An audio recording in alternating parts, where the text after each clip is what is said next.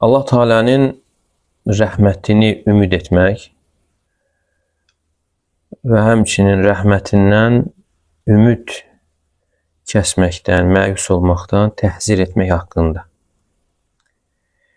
Yəni insan Allahın rəhmətindən heç vaxt ümid üzməməlidir. Allah Teala qullarına qarşı mərhəmətlidir və Allah Teala'nın rəhməti qəzəbini qabaqlamışdır. Buxari Müslimdə gələn hədisdə Əbu Hüreyrə radiyallahu anhudan deyir ki, Allah Resulü sallallahu aleyhi və səlləm belə buyurmuşdur. İnna Allaha kətəbə kitaben fəhvə indehu fəvqəl arş. Allah Teala kitab yazmış. Onun yanında, ərşin üzərində onun yanındadır. İnna rahməti səbəqət qadabi. Mənim rəhmətim qəzəbimi qabaqlamışdır. Və Allah Teala Quranda buyurur ki, və rahməti vəsiət kullə şey. Mənim rəhmətim hər şeyi ehtiva etmişdir, yəni əhatə etmişdir. Allah Teala qullarına qarşı rəhimlidir. Və Allah Teala istəyir ki, qulları iman gətirsin, tövhid əhli olsun. Və Allah Teala qullarına bunu əmr etmişdir. Və Allah Teala qullarından imana, yəni iman gətirməsinə razı qalır və onların küfr etməsinə, fasiqliyinə və asiliyinə isə razı qalmır, bunu xoşlamır. Və buna görə də müsəlman bilməlidir ki, Allah Teala şəfqətlidir, rəhimlidir. Lakin bir çox insanlar isə qəflətdədir və bundan üz çevirirlər. Allah Teala buyurur ki, وَحَمَلَهَا الْاِنْسَانِ اِنَّهُ كَانَ ظَلُومًا جَهُولًا. Yəni o əmanəti insan daşıdı, insan zalım və cahildir.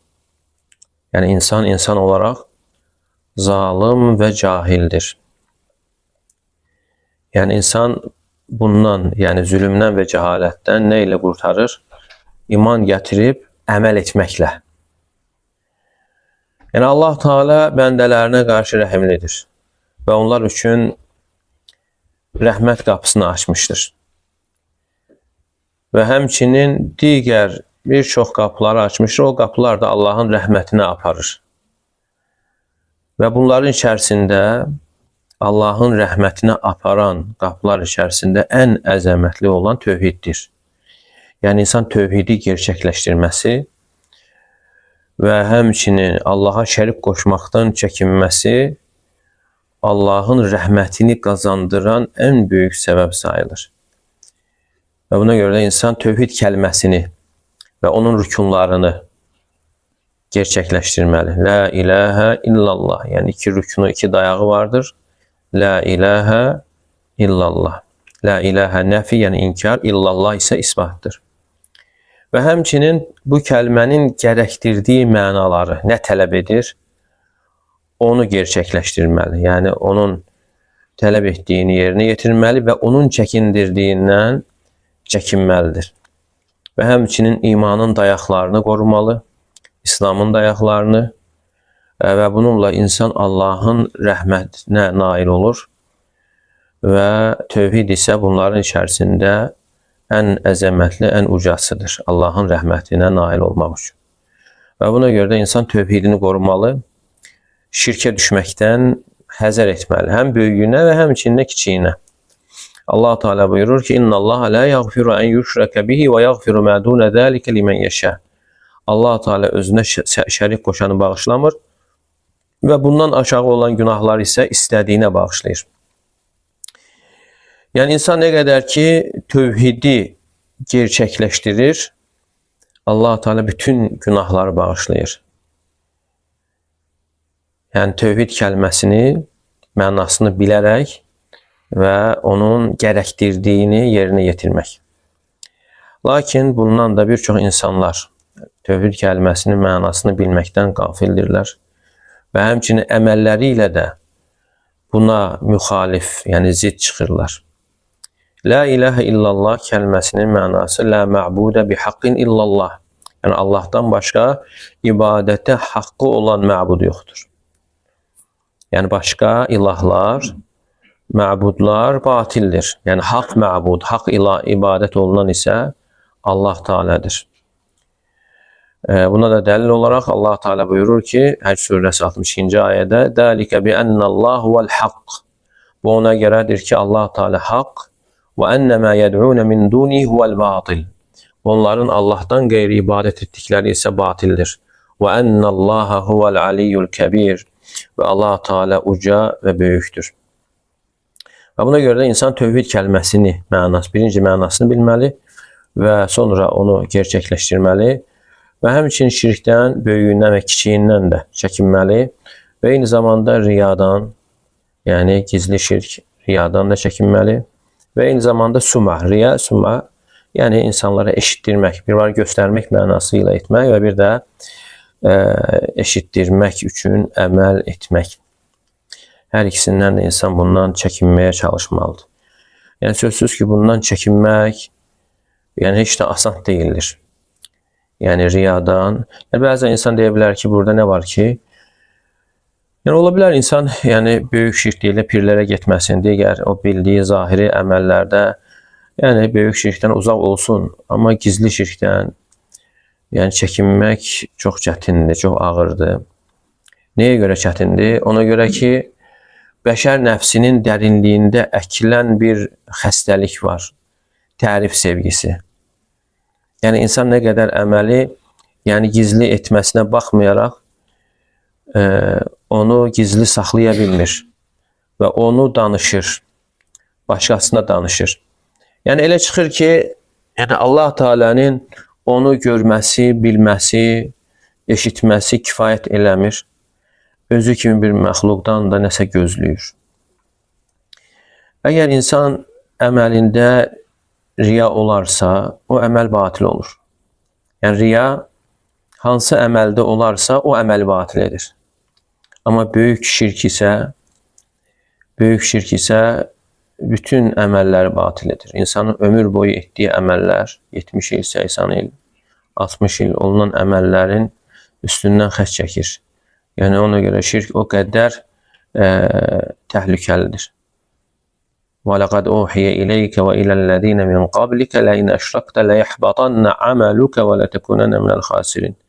Artıq sənə və səndən əvvəlkilərə vəhy olundu ki, əgər Allaha şərik qoşsan, əməllərin batil olar və xüsrana düşənlərdən olarsan.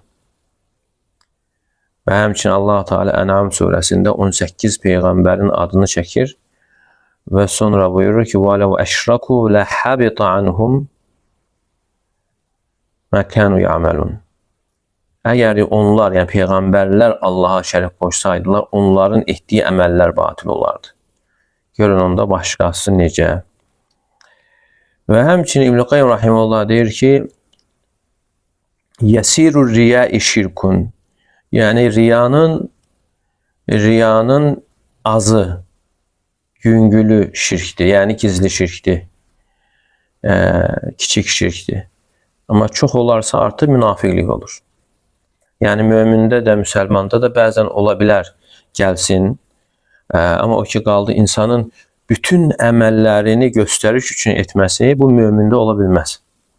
Əgər bütün əməlləri insan göstəriş üçün edərsə, yəni artıq Allah qorusun insan münafiq olur. Riya məsələsi qeyd olunduğu kimi ondan çəkinmək, ondan xilas olmaq asan deyil, çətindir. Birincisi bu bəşər nəfsinin dərinliyində əkilən xəstəliyə görə, tərif sevgisinə görə və həmçinin niyyət məsələsinə görə. Niyyət tez-tez dəyişir və qəlb də nəyə görə qəlb adlanıb? İnnəmə summiyəl qalbu qalbən li təqallubihi. Və qəlb də çevrildiyinə görə qəlb adlanıb. Və Sufyan Əs-Səvri rahimehullah deyir ki, mə aləctu şeyən əşəddə aleyyə min niyyəti. Mənim müalicə etdiyim işlər içərisində ən çətini, ən ağırı niyyətim oldu. Hər dəfə düzəldirəm, çevrilir.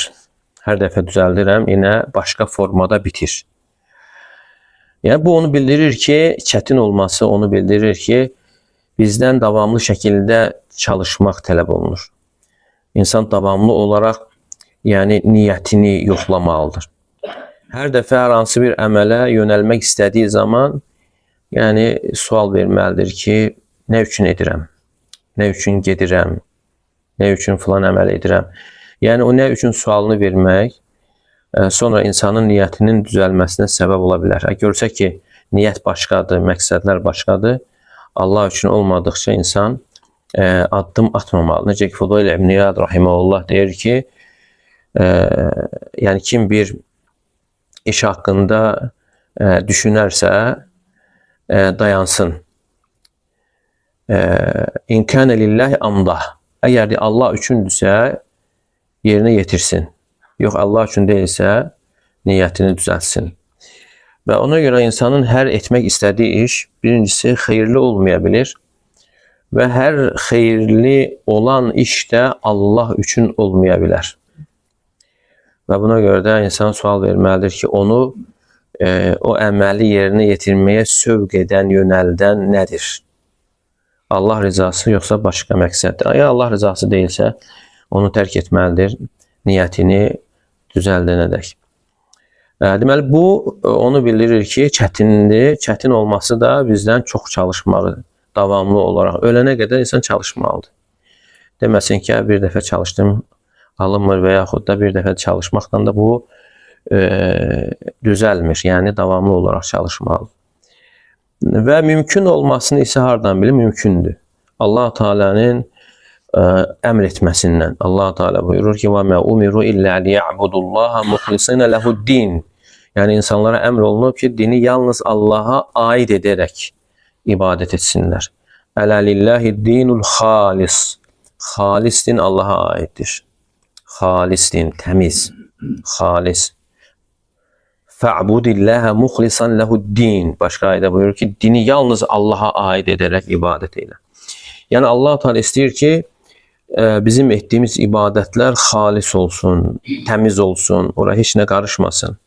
Necə ki, alimlər Nəhl surəsində keçən ayəni dəlil gətirir misal olaraq: "Və innə lekum fil en'ami le'ibrah." Həqiqətən mal-qarda sizin üçün bir ibrət vardır. "Nusqikum mimma fi butunihi min beyni farthin və damin labanan xalisan sa'igan liş-şaribin." Yəni biz sizə o mal-qaradan süd içiririk və süd ifrazatla qanın içərisindən çıxır. Amma necə çıxır? Xalisan, tərtəmiz çıxır.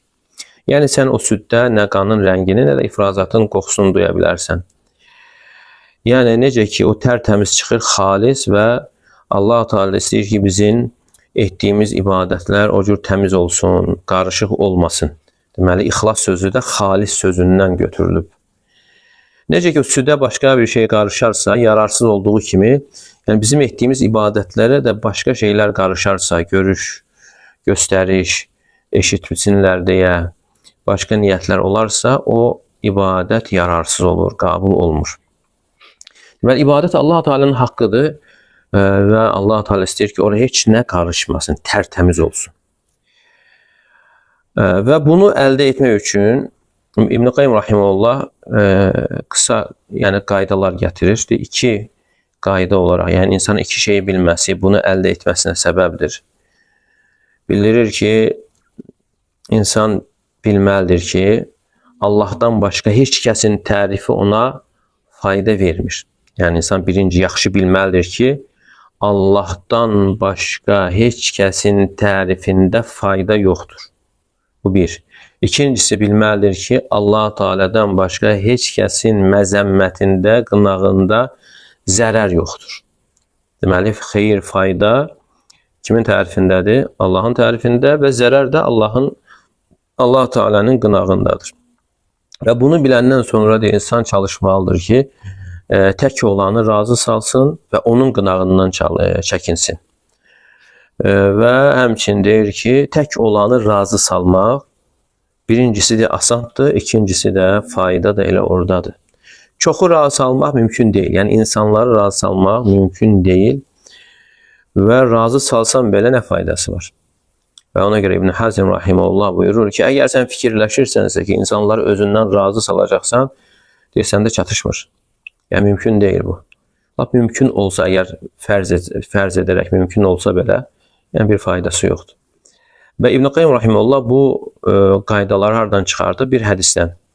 Bir bədəvi ərəb gəlir və deyir ki, İnne hamdi zeynun ve zemmi şeyunun. Yəni mənim tərifim bir bəzəkdir. Yəni mənim təriflədiyim insan ucalır, irəli gedir və mənim pislədiyim insan isə alçalır. Və bunu eşidəndə Peyğəmbər sallallahu aleyhi və səlləm deyir ki, Dəkallahu azze və cəl, yəni o Allah Teala'dır. Yəni Allah Teala'nın təriflədiyi ucalır, Allah Teala'nın qınadığı, pislədiyi alçalır. Yəni məxluqun tərifi ilə kimsə ucalmır və yaxud da pisləməsi ilə kimsə alçalmır. Yəni insanın ucalması Allahın tərifinə görə və alçalması da Allah Teala'nın pisləməsinə, məzəmmətinə görə. İnsan bunu yaxşı bilərsə, çalışacaq Rəbbinin tərifini qazansın və onun qınağından qaçsın. Əgər yer üzərində 7 milyar, 10 milyard insan bir insanı nə qədər pisləsə də, əgər Allah Teala deyirsə ki, o insan yaxşı insandır, 10 milyardın pisləməsinin bir zərəri varmı? Əgər Allah Teala onu tərifləyirsə və yaxud da əksinə, yəni 10 milyard bir insanı tərifləyir, amma Allah Teala yaxşı insan deyil. Və 10 milyardın tərifləməsinin və yaxud da like qoymasının da bir mənası yoxdur, faydası yoxdur əgər Allah Teala onu tərifləmirsə. Və sonra da buyurur ki, bundan sonra insan insanlara necə baxmalıdır? Qəbirstanlıq əhli yerində baxmalıdır. Qəbirstanlıq əhli yerində. Deyirsən, kiminsə qəbirstanlığa gedərək, qəbrin yanında özünü qəbir sahibinə göstərmək üçün əməl etdiyini görmürsənmi? Yəni, belə bir şey yoxdur. Niyə görə? Çünki o insan bilir ki, yəni o ölüdür, onda nə fayda var, nə də zərər var. Yəni İbn Qayyim rahimehullah deyir ki, eynisini də insanlara baxmalıdır. Çünki insanlar da əslində ölü sayılır və Quranda da yəni fərqli keçir. Var ruh bədəndən çıxan ölülər, onların adı meytundur. Və ruh bədəndə olan ölülərin adı isə meyyitdir. Meyyit şəddəli formada gəlir. Allah Teala buyurur Zümer surəsində İnnəkə meyyitun və innəhum meyyitun. Sən də meyyitsən, onlar da meyyitdirlər. Yəni meyyit sözünün mənası öləcəksən, öləcəklər. Yəni bir kəs ki ölümə məhkumdur, onun adı nədir? Meyyitdir.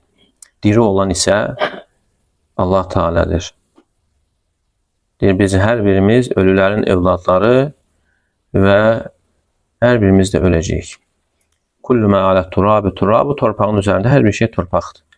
Və Allah Teala da buyurur ki, minha xalaqnakum və fiha nu'idukum və minha nukhrijukum taratan ukhra. Sizi torpaqdan yaratdıq, torpağa qaytaracaq və bir daha da oradan çıxaracağıq. Və buna görə bu iki qaydanı insan yaxşı bilərsə, yəni riyanı dəf etməsinə və həmçinin ixlası əldə etməsinə səbəb olur. Yəni baxmayaraq ki, çətin olan məsələlər, amma müəyyən şeyləri biləndə asanlaşmasına səbəb olur. Ona görə çox şeyin əvvəli elmdir.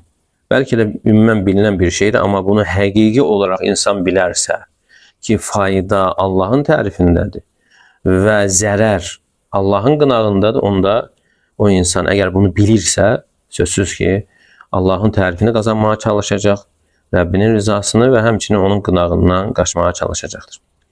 Və Peyğəmbər sallallahu aleyhi və səlləm də bu barədə buyurur ki, Allah Teala belə buyurmuşdur.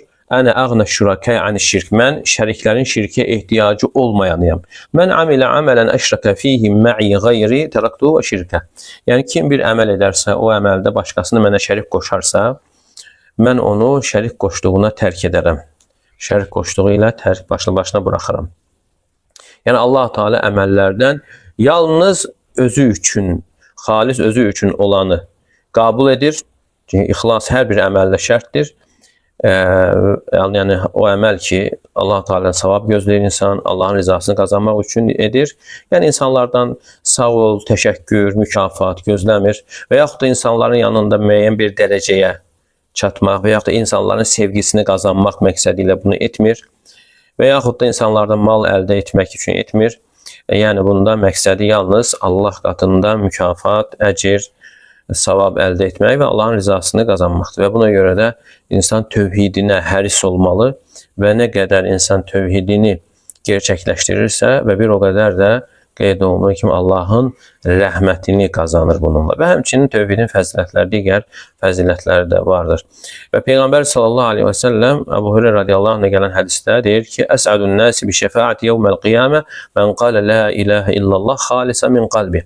Yəni, qiyamət günü mənim şəfaətimə ən yaxın olan, nail olanlar və yaxud da bununla xoşbəxt olan kimsələr la ilahə illallah kəlməsini xalis qəlbdən deyən kimsələrdir. Və həmçinin digər hədisdə yenə buyurur ki, mə min əhədin yeşhədu ən la ilahə illallah və ennə Muhammedən Rasulullah sıdqan min qalbihi illə harraməhullah alənnar. Yəni, kim şəhadət gətirərsə Allahdan başqa ibadətə haqq olan məbud yoxdur və Muhammed sallallahu aleyhi və səlləm onun Rasuludur, sadiq qəlbdən, sidq ürəkdən bunu deyərsə, Allah Teala cəhənnəmi ona haram edər. Demək, yəqin üzərində bu kəlməni söyləyərsə və sonra gerçəkləşdirərsə. Və həmçinin digər hədisdə yenə buyurur ki, Əşhədu ən la ilahə illallah və ənni Rasulullah la yəlqallaha bihimə abdun qeyra şəkkin fihimə illə dəxaləl cənnə. Yəni, şəhadət verirəm ki, Allahdan başqa ibadət haqqı olan məbud yoxdur, mən Allahın Rasuluyam. Yəni, kim bu iki şəhadətlə heç bir şək etmədən Allaha qovuşarsa, cənnətə daxil olar. Həqiqətən bu kəlmə çox əzəmətli bir kəlmədir və insan bunu deyib əməlində göstərərsə, yəni gerçəkləşdirərsə, yəni bu mükafatı insan əldə edir və buna görə də insan Allahdan qeyrisinə ibadət etməkdən, qurban kəsmək və yaxud digər şirkin növlərinə düşməkdən qorunmalıdır. Və yaxud da evliyalara qurban kəsməsi olsun və yaxud digər hər hansı bir şirkin növüdür. Bunlardan uzaq olmalıdır ki, tövhidinə xələl gətirməsin. Allah Teala buyurur: "Qul inna salati və nusuki və mahyaya və mamati lillahi rabbil alamin, la şərikə lehu və bizalika umirtu və ana awwalul muslimin." De ki, mənim namazım da, qurbanım, həyatım və ölümüm də aləmlərin Rəbbi olan Allah üçündür. Onun heç bir şəriki yoxdur və mənə bu əmr olunmuşdur və mən müsəlmanların ilkiyəm. Həmçinin insan Allahdan qeyrisindən yardım istəməkdən, dua etməkdən çəkinməlidir.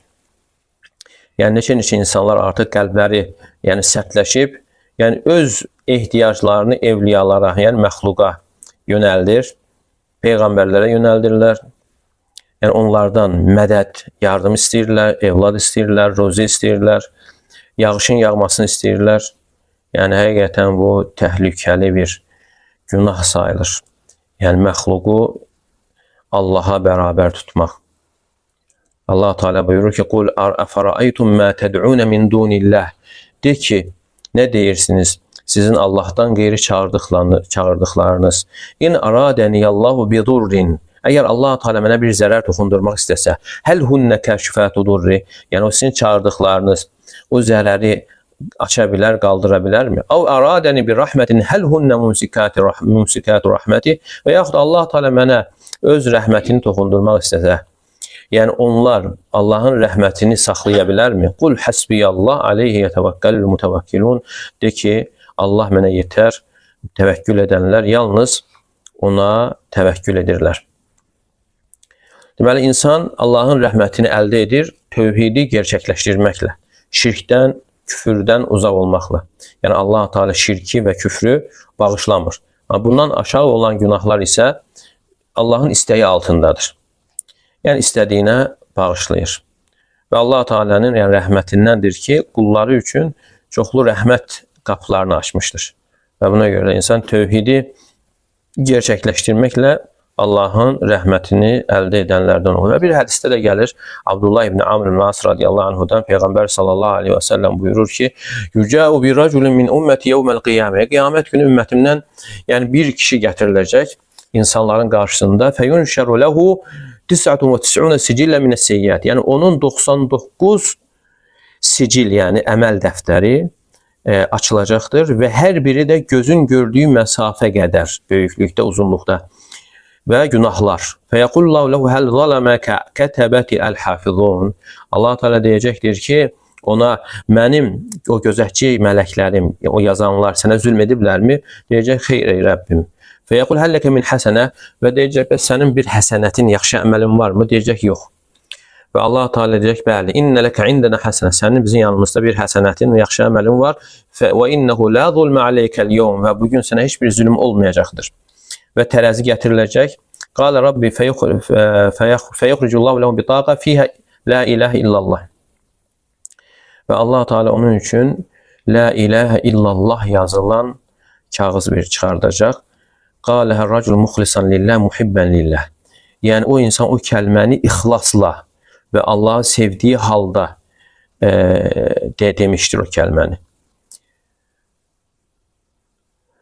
Və o deyəcəkdir, ya Rab, və mə hədil bitaqa fi hədis sicillət. Yəni bu la ilahe illallah kəlməsi olan bu kağız, bu qəddər 99 əməl dəftər, günahlarla dolu sicillin qarşısında nə edə bilər? Və hər biri də gözün gördüyü məsafə qədər böyüklükdə. Və Allah Teala deyəcək, bugün sənə zülüm yoxdur. Və o qədər sicil, yəni əməl dəftəri tərəzinin bir gözünə və la ilahe illallah isə o bir gözünə qoyulacaqdır. Və la ilahe illallah olan gözü ağır gələcəkdir. Yəni tövhid kəlməsi. Yəni tövhid kəlməsi ilə yanaşı heç bir şey ağır gələ bilməz. Nə qədər ki insan o kəlməni ixlaslı şəkildə və dinini qoruyaraq, İslamın dayaqlarını qoruyaraq, imanın dayaqlarını qoruyaraq deyibsə və Allah Teala onun tövhidinə görə və imanı səbəbi ilə ona ikram edəcəkdir. Və həmçinin digər Allah Teala'nın rəhmətini qazanmaq üçün əməllər də vardır. Hələlik bununla kifayətlənir və onların içərisində isə qeyd olunduğu kimi ən əzəmətli olan la ilahe illallah kəlməsini gerçəkləşdirmək, doğrultmaqdır. Və sallallahu aleyhi və Muhammed və alə alihi və sahbihi və səlləm.